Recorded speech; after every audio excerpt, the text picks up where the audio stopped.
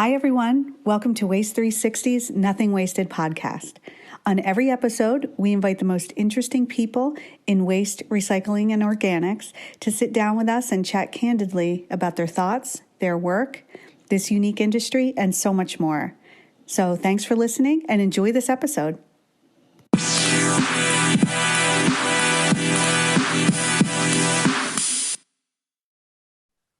Hello, and thank you for joining us today.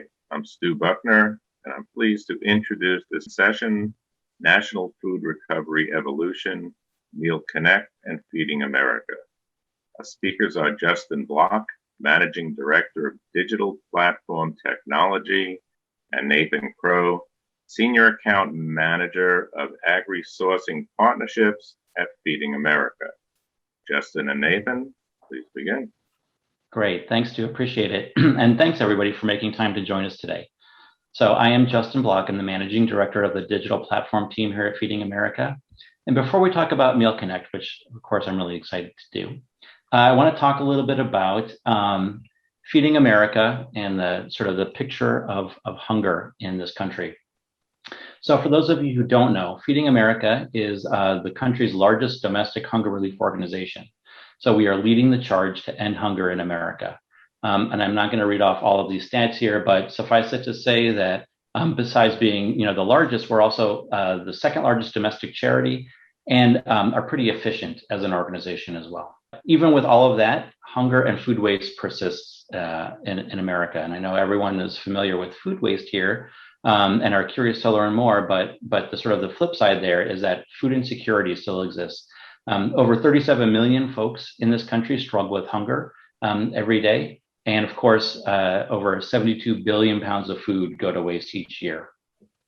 So we're engaged in the work in trying to sort of true that up. And again, food waste is an urgent threat. Over $218 billion worth of food is thrown away each year. Well over 20% of landfill volume is food waste. And 21% of fresh water that is used to produce food that's never eaten in this country. So again, increasing access to nutritious food is something that Feeding America is really digging into quite deeply. And we've been doing this work for well over 4 decades because hunger is everywhere in this country, but some counties have very high levels of need. Feeding America has a process, right? As I mentioned, we've been around since the 70s and continue to evolve. And it really it involves several different groups of stakeholders, and I'll go into each one sort of in a second. The donors, our network, which I'll talk about, our agencies, which of course I'll talk about, and then of course the 37 million hungry Americans and who they look like, who they are, and why they might need charitable food assistance. So those donors that I mentioned, they're growers, they're processors, there's restaurants, manufacturers, really any food business that produces surplus food. We are working to engage them to try to rescue as much of that surplus as we possibly can, divert it from the waste stream because it's still wholesome, consumable food, and then get it to folks who need it. And that Feeding America network consists of our national office where Nate and I work. We're headquartered in Chicago, and we've got an office in Washington, D.C. that specializes in government advocacy. And I saw that SNAP benefits were just increased by almost 25%, so that's huge.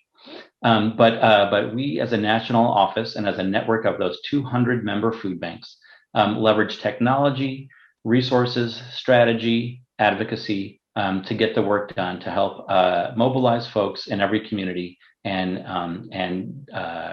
connect resources with people who need them.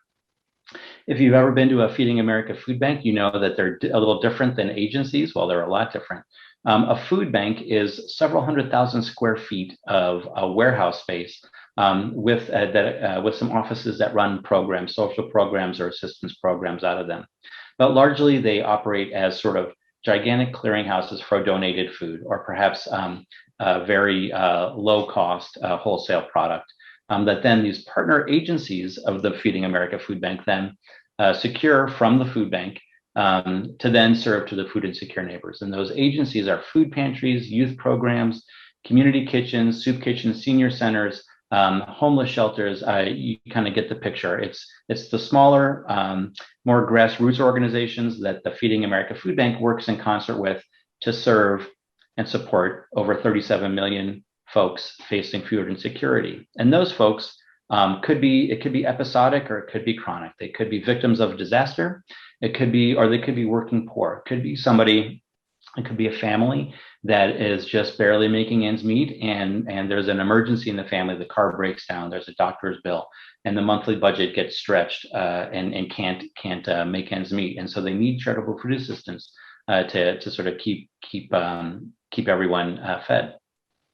And that's who visits our network, and that's sort of how the process works. To speak to that a little bit more, I'm going to enlist the help of our Central Illinois Food Bank CEO, Pam Molitoris.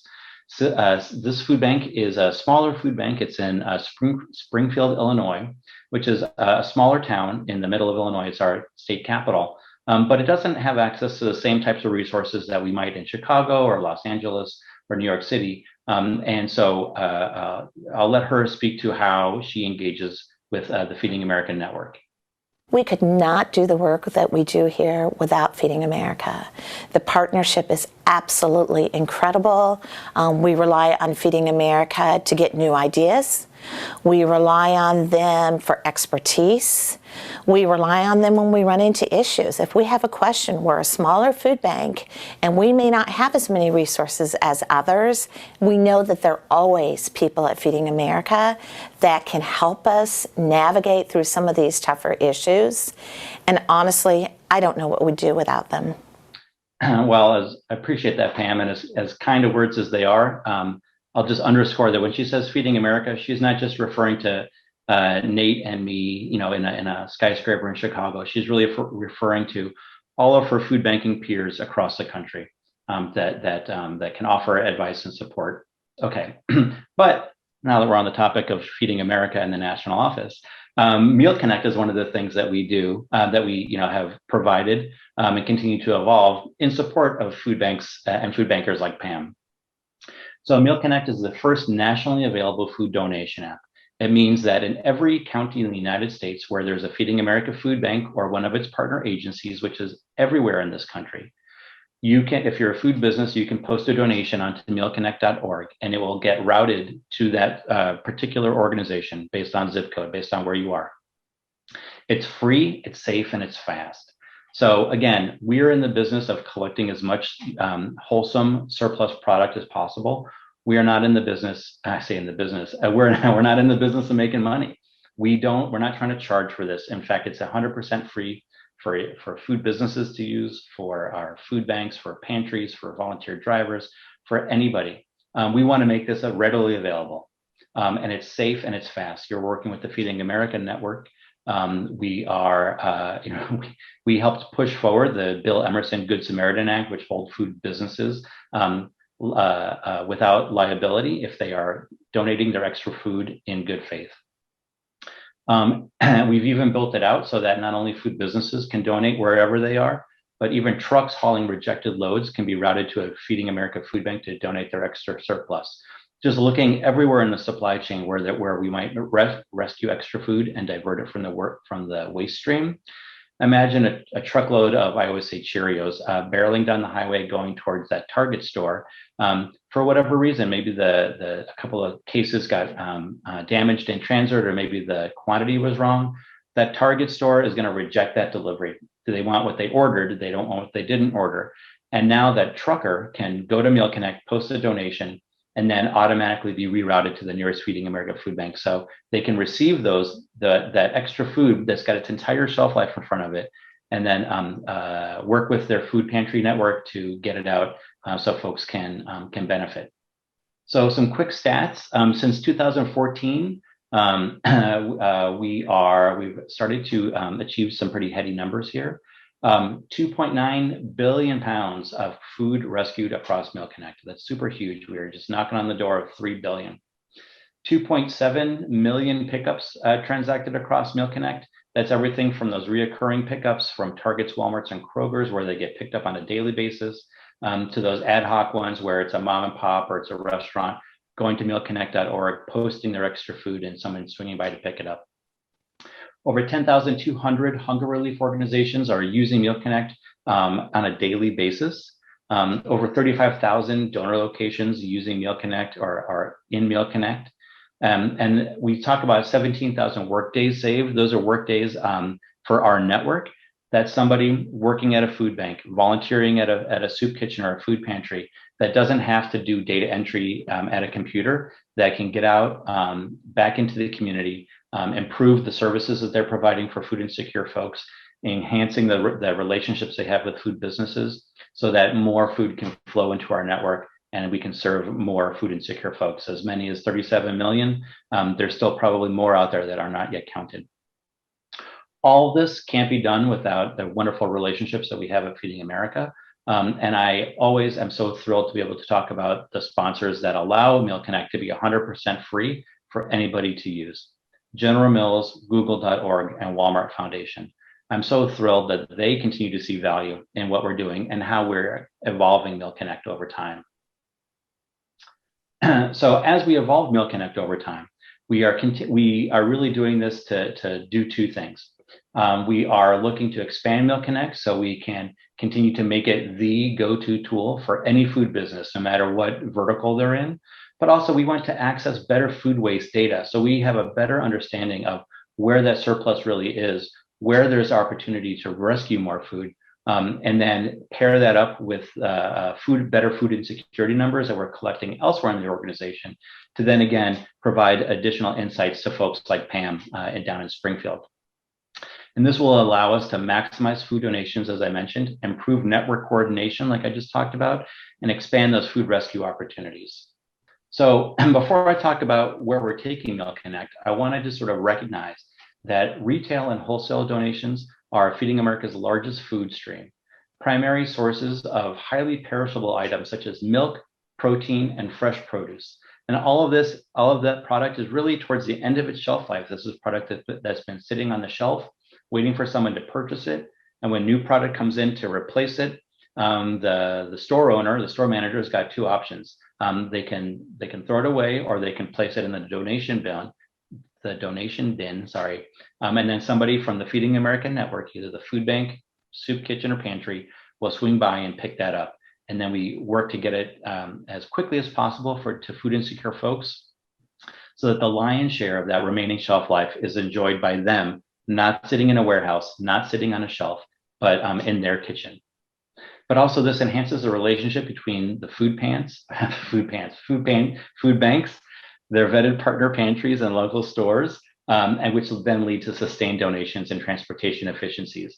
Going more often results in more donations, a better relationship, a more productive relationship. And MealConnect provides a quick, convenient way to donate unsold healthy food from retail locations and nourishing hungry neighbors, right?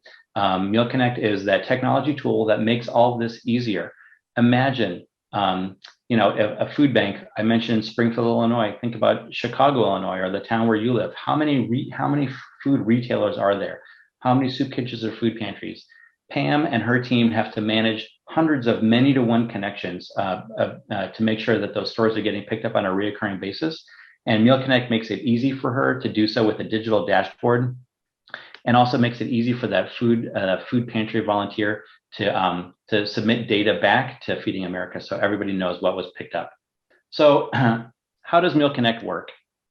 So it really is pretty simple. You go to the website. It asks a couple of questions. Where is the food located? You can take a picture of what the food is, describe it a little bit more. We try to sort of skirt that line between making sure that somebody who's going to receive that notification about the donation has enough information to make an informed decision and knows exactly what they're getting without burdening the food donor. If we can't get this done in 30 seconds to a minute, then we're not doing our job, because food businesses they're there to serve their customers. They're not there to post donations. So we really want to make it easy for them.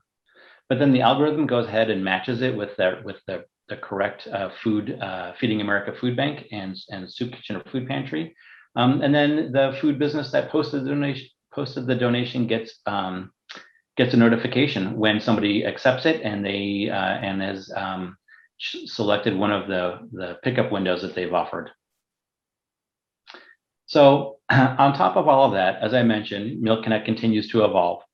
It's changing, and we are just a few weeks away from launching really what is we are internally calling our 2.0 release, because it's such a big game changer.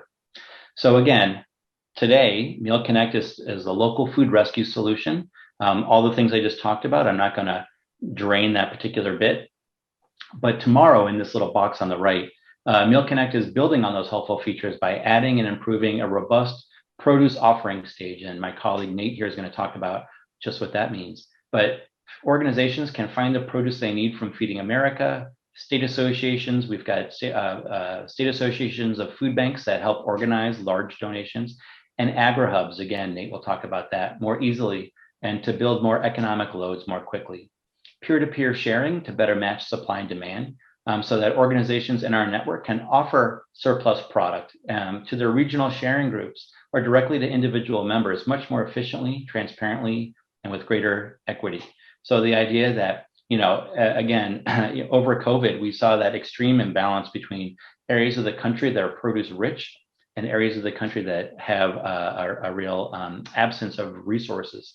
And the produce rich areas, the food banks had so much produce of that local produce, they couldn't take anymore. And the farmers were forced to dump out the milk, plow under the oranges or the corn, whatever it was. And now with this peer-to-peer sharing, all of the 200 food banks in our network are now digitally connected on one platform, so that the food bank in an area that's rich can say yes to everything, post it onto MealConnect, and share it with their food banking peers, so that the food banks that are in areas that don't have that bounty can say yes and easily transport that over. And again, I say easily. Mobile, more user-friendly design. MealConnect has been mobile-friendly, and we are extending that into this produce area where people are, they're out in the field, they're doing work. Very rarely are folks working with produce sitting behind a computer. We needed to make sure that MealConnect would be mobile and user-friendly for them, so that they can do the work where they are and not force them to change. And with that, I will turn it over to Nate Crone to talk about produce through Feeding America. Nate? Thank you, Justin. Hello, everyone. My name is Nathan Crone. I'm with the Agri-Food Sourcing Partnerships at Feeding America, supporting the produce team. Justin, if you want to go ahead and advance to the next slide. Supply, demand, and prioritize commodities. So this was a recent study done with McKinsey Group to really identify what our current supply is and how much more food we need. On the ag sourcing team, we work with protein, produce, and dairy. And if you want to look at these numbers for a second, we need a lot more produce. We need to double the produce that moves through our network. At the bottom of the slide under produce, you're going to see some very specific commodities: apples, carrots, citrus, potatoes, cabbage, sweet potatoes, and onions. And the question here is, why these? We refer to these as the hard seven.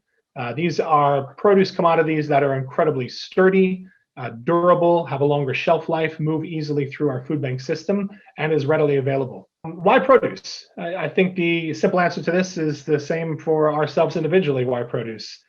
Quite frankly, it's the food that leads to a better quality of life. Nutrient-rich foods to support people's bodies and people's minds. Working with the USDA on a plate breakdown, we know that produce needs to be about half of everyone's food intake. Produce is obviously a challenge too.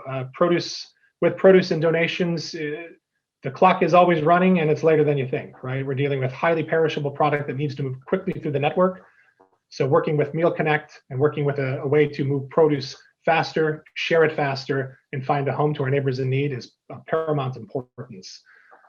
Looking at these slides, some pretty incredible numbers. Billions of pounds of nutritious fruits and vegetables go to waste each year. That's really the market we're trying to tack into, right? We have incredible partners of all scales and sizes, right? From the importers in multiple parts of the country to growers, packers, and shippers in multiple states. But really, we're working with this new program in MealConnect to really find a way to bring more people into the fold, get more people to post onto MealConnect itself and share produce faster, more efficiently, and to reach more people in need. Why don't we go to the next slide? Delivering produce. Why don't we actually start here on the top right of the slide? 868 million pounds of fresh produce enters our network through the produce program. That's the national program, with approximately 25% coming from FANO. That's the national office. The rest of this large number is our partners, our state associations that have sourcers in the field working with growers, packers, and shippers. And this is also our agri hubs, incredible resources for our members to find more available produce. We move 1.5 billion pounds of fruits and vegetables. The rest of that number from the 868 million is what is done sourced locally at the food bank. So donors in their area that they have relationships with that donate specifically to that food bank. Incredible numbers. In 2020, we provided 195 meals of produce. And clearly that's something we need to, again, we need to double that number. That is the charge in front of us. 72% of the food secured for the neighbors in need is classified as foods to encourage. Foods to encourage is really a way of saying these are the healthy foods again. Support the body, support the mind. We need more of these foods in the charitable food system. Produce considerations. When I look at this, key challenges and main takeaways, again, looking at perishability, partnering with the MealConnect team to provide a resource for produce that moves full FTLs of produce as well as smaller, pallet size offers of produce. We have found a way to really connect with the food banks in their ability to share amongst each other. So traditionally, how sharing might work is a donation comes through the national office or to a food bank, and the donor reaches out and says, we have product available, and we reach out to share that product. So we're waiting on email responses or phone calls. And now with MealConnect, we're able to either train donors to go ahead and donate product on the MealConnect platform itself, or on our behalf at Feeding America, we can post those donations as well. But what that does, regardless of location, these donations will get donated to the first and closest available food bank to that point of donation.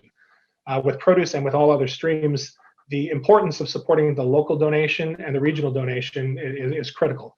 Of perishability, and also that donors, it's important for them to make connections in the areas that they work, and that their own members of their team work. It's really a community-based aspect to sharing locally. So with MealConnect, we really support that sharing methodology by all donations being offered to the local food bank first. And from there, due to capacity reasons, or potentially there might be a cost added to it, they cannot accept it. That will get moved to their regional sharing groups, to other food banks. And if it can't be taken at that level, it will be moved regionally to these state associations or agri hubs. And at that point, if the donation can't move, we will post that nationally on MealConnect for all food banks to see. Great. Actually, I think it's back to you.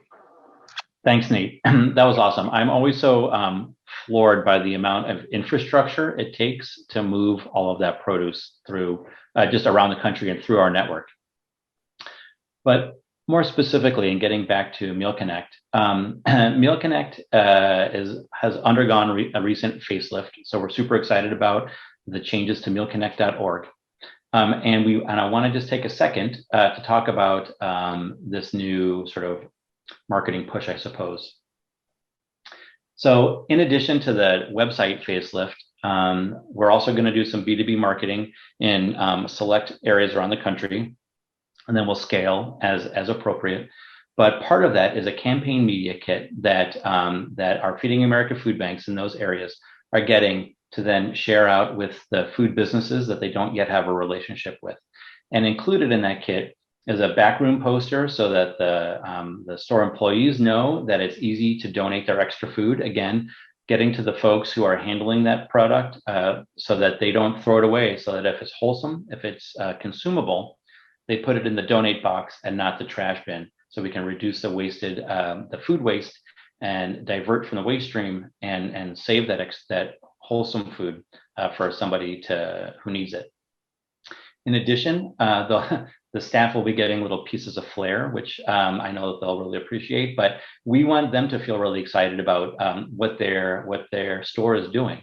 And we want to engage the customer base as well. So not only will the staff feel excited about it, but the customers will see these buttons and the little window cling where you see this business rescues food.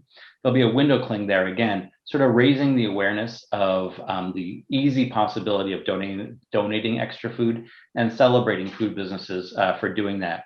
Really try to include them in not only in the fight against hunger, but in making them part of the solution against food waste. That's it. I want to thank you for your time and attention and listening to us. If you've got more questions, you can learn more at MealConnect.org or feedingamerica.org. Both places, if you want to reach out to my team, have a way to email somebody either at the national office where Nate and I work, or if you go to MealConnect.org, it'll specifically go to my team. But I'm just so thrilled that you're interested in, and I hope you found the information useful. So Stu, do we have any questions? Well, first I want to thank both you and Nathan for your presentations. And now, yes, we will begin with the Q&A portion of the program. And the following questions are for either or both of our speakers to address. First question is, recovering almost 2 billion pounds of fresh produce from the waste stream each year is impressive. Can you speak more about the challenges of increasing that amount to meet the needs across the country? Nate, I'll let you take this one. This is out of my wheelhouse. The challenge is to increase that food, to double that number we saw earlier. A lot of that is it's advocacy. It's working with these growers, packers, and shippers that have product. It's finding ways to rescue that food in a timely manner to make sure it can find a home. It's bringing attention to anyone that has excess food that can submit onto the platform any donations. So we have a large job ahead of us of marketing, letting people know who we are and what we do and how easy that job is to post product into the network. Obviously with produce too, we're at the behest of Mother Nature. So we need to wait to harvest to see both what the crop size is and what the market is that represents that. And in addition to that, growers, they have other streams as well. They have secondary markets, be it a juice market for apples, be it a dehydrator market for potatoes. We're also needing to, find a possibility for our stream in that as well too. So that really has a lot to do with, do they have access, and are we being good partners, both by providing them tools and solutions to donate, and by doing that in a way that does not affect their bottom line or their business and actually enhances that. So that's really the challenge that's ahead of us, and we're up to it. The next question is, how can consumers help reduce the amount of wasted food across the food supply chain in the United States? Yeah, I'll start, but then Nate, if you please feel free to chime in too. But I think as consumers, we occupy a really powerful position in the marketplace. We can drive decision making at businesses with our dollars, and so I think Nate said advocacy in his last answer, and I agree. I think as consumers, we can become champions. We can become advocates for food rescue, and to encourage the businesses that we go to be more mindful and intentional about how they handle unsaleables, product that is not leaving to the front door, air quotes, but leaving to the back door. What can be donated? How can you quickly turn that around? I think, Nate called it out. We don't want to burden these food businesses. We want them to stay in business. We want to make it as easy as possible for them to donate, so that they can continue to, so that we can continue to be the beneficiaries of their extra, because every food business is going to have extra, and we would just want to make it easy enough, make it as easy as possible for them to donate that extra food. Nate, any further thoughts there? I'm not sure I missed something. A lot of it too is I think it's consumer education and our own consumer purchases, right? I mean, we all know that most of the food waste, a lot of that, I don't have the stats in front of me, probably occurs from our own refrigerators. So I think being good stewards of our portion sizes and what we purchase and what we bring into our homes can certainly be something that doesn't have to end up in a garbage at the end of it. And that's all food that could be available to a neighbor in need. Yeah, I'll just build off of that. Nate, you made me think of one more thing. If you go to feedingamerica.org, there's a subpage called Food Bank Finder, and you can find your local Feeding America food bank. And it could be that food businesses in your community beyond the retail ones, beyond the ones where you actually set foot in, but I'm talking like further up the supply chain, the packers, the distributors, the wholesalers. They may not even realize that they can donate their extra food, that food still has value to somebody when it's not being sold. And so if you can help make that initial connection, just let them know that Feeding America food bank is in that community. I'm almost positive that somebody at the food bank is going to respond to that phone call and thank you for it. That's another way that you can help, sort of a less obvious way of reducing food waste in your community. What about the large number of smaller food pantries throughout the United States? Does MealConnect only get used by the larger Feeding America food banks? Yeah, I really like this question a lot because, we talk about Feeding America and Feeding America does have some brand recognition, right? It's sort of the Good Housekeeping seal of approval for food rescue and hunger relief. But I want to go back to sort of that one of the earlier slides when I talked about the network itself. It is 200 food banks, but it's also 60,000 soup kitchens and food pantries. So when we talk about Feeding America, that's an umbrella term that sort of calls out those 60,000 soup kitchens and food pantries as well. Every food bank is going to partner with hundreds of those smaller organizations to actually feed food insecure folks. There are food banks that have a pantry on site, but many of them don't. And so when we think about the big food banks, and not all of them are well resourced, like in the bigger cities. Some of them, like you heard from Pam. Some of them are going to be partnering with those smaller organizations, and we really want to make sure that the food that gets posted onto MealConnect goes as quickly as possible out into the community. So while the local food bank really is the arbiter of those relationships between the food bank and the community partners, MealConnect is a great tool to get that food out to make it available for pickup to as many food rescue organizations that the local Feeding America food bank is partnering with. Well, thanks very much, guys. And to conclude this session, I'd like to thank Justin and Nathan for presenting. Have a great day. Thank you for listening. It would mean the world if you would take a moment to rate or review this podcast. And if you share it with us on one of our social networks, we are giving out some fun, nothing wasted podcast swag. So just tag us and see what you get. Thanks so much.